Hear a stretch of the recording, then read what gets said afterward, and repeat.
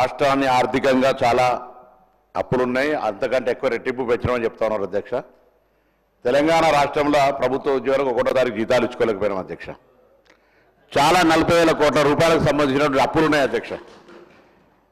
1,75,000 కోట్ల శాంక్షన్స్ ఇచ్చిపోయినారు అధ్యక్ష. ఒకవేళ మీరు అంతా ఆర్థిక పరమైనటువంటి సమర్థతతో ప్రభుత్వం నడిపి ఉంటే ఇవన్నీ సర్పంచులకు సంబంధించి ఇంకా చాలా ఉన్నాయి. అందరూ మీ దగ్గర మనిషికి ఒక పాయింట్.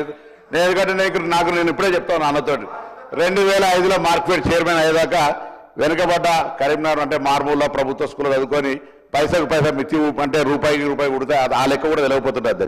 కాబట్టి ఆర్థికంగా ఇవాళ మీరు చెప్తున్న లెక్కలకు సంబంధించి చాలా మందికి ఆర్థికపరమైన అంశాల అటువంటి ఒక అవగాహన నాకే లేదనుకున్నప్పుడు ఇంకా వేరే జనరల్ ఇప్పుడు నేర్చుకుంటున్నాం కావచ్చు. కానీ నేనే అడుగుతున్నాం అంటే మనం ఫైనాన్షియల్ ఇంత మీరు చూపెడుతున్న లెక్కల ప్రకారంగా వివిధ కోడింగ్ పత్రికలు లేదా ఇతరాతర రిపోర్ట్స్ ప్రకారంగా చెప్తున్న దాని ప్రకారంగా క్షేత్రస్థాయిలో కనబడుతున్న దానికి తేడా కనబడుతోంది. కాబట్టి దయచేసి మనం అప్పులు తెచ్చుకోవడం ద్వారానే మనం అభివృద్ధిలోకి వచ్చినామని అనుకుని సమర్థించుకుంటే ఈరోజు రాష్ట్రంలో జరుగుతున్నటువంటి వాస్తవ పరిస్థితికి సంబంధించి మనం ఎన్ని రకాల కార్యక్రమాలను ఎంత ప్రభుత్వ ఉద్యోగాలకు సంబంధించో ప్రభుత్వ సంపదను పెంచుకోవడానికి కొరకో లేకపోతే ఇంకొక రకంగా ఉపయోగించుకున్నటువంటి అంశానికి సంబంధించో ఇవాళ మీరు జాగ్రత్త పెరుగుతారంటున్నారు అధ్యక్ష. 2004లో నేను పోటీ చేసినప్పుడు మానకోట దగ్గర ఉన్న జాగా అమ్ముకుంటే 2,80,000 అయింది అధ్యక్ష.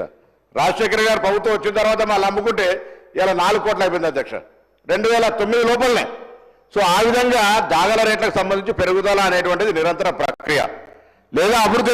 ఒక్కటే మాట ఇలా తెలంగాణ ప్రజలకు గమనించాల్సింది ఏంటంటే తెలంగాణ ఏర్పడ్డనాడు తెలంగాణకు సంబంధించి మనం 60,000+ అప్పుతో మనం ధనిక రాష్ట్రంగా ఉన్నటువంటి పరిస్థితి నుంచి అదే మేనేజ్మెంట్ మీరు కొత్త పొయ్యి కొత్త రాష్ట్రము కొత్త కార్ఖానా అన్నీ ఉన్నా అప్పటికే తెలంగాణ రాష్ట్రం అనేటువంటి ఒక హైదరాబాద్ కేంద్రంగా అందరు మీరు కూడా ఉద్యమం మేము అందరం ఉద్యమానికి సంబంధించి తెలంగాణ రాష్ట్రం హైదరాబాద్తో కూడిన రాష్ట్రం తేవడానికి సంబంధించి తెచ్చుకున్న తర్వాత we are having own infrastructure not like Andhra Amaravati లాగా మనం అన్ని రకాల ఇన్ఫ్రాస్ట్రక్చర్ తోటి మనం రాష్ట్రం ఏర్పాటు చేసుకున్నాం కదా అధ్యక్ష.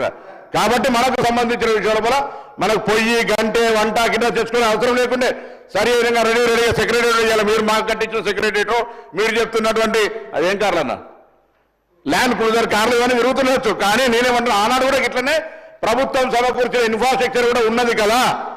ఆ రోజు సమకూర్చిన ఇన్ఫ్రాస్ట్రక్చర్ తోటి మన రాష్ట్రానికి అనేక రకాలుగా తీసుకోవడం ప్రయత్నం చేయాలి. 10 ఏళ్ల రాష్ట్రంలో ఉన్నటువంటి పరిస్థితుల్ని ఆర్థిక మంత్రి గారు జవాబులు చెప్తారు. కానీ జరుగుతున్నటువంటి సంబంధించిన విషయం లోపల మనం ఎంతసేపు రిపోర్ట్స్ను లేకపోతే ఇతరాత్ర కోటింగ్ చేసుకునే కంటే ప్రస్తుత వాస్తవ పరిస్థితులను ఒకసారి క్షేత్రస్థాయిలో తెలుసుకోవాలి.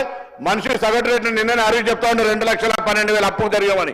ఈ విధంగా అప్పులకు సంబంధించి వేరే రాష్ట్రాలతో పోల్చుకొని మనం చాలా తక్కువ అని చెప్తున్నారు. ఇవన్నీ పెద్ద లెక్క మన ఊళ్ళలో చెప్పినటువంటి లెక్క కాకుండా దయచేసి తెలంగాణ 10 సంవత్సరాల నుంచి ఇంకా భవిష్యత్తుకు సంబంధించి మీరు అంటారు విమర్శించుకోవద్దు మన రాష్ట్రాన్ని.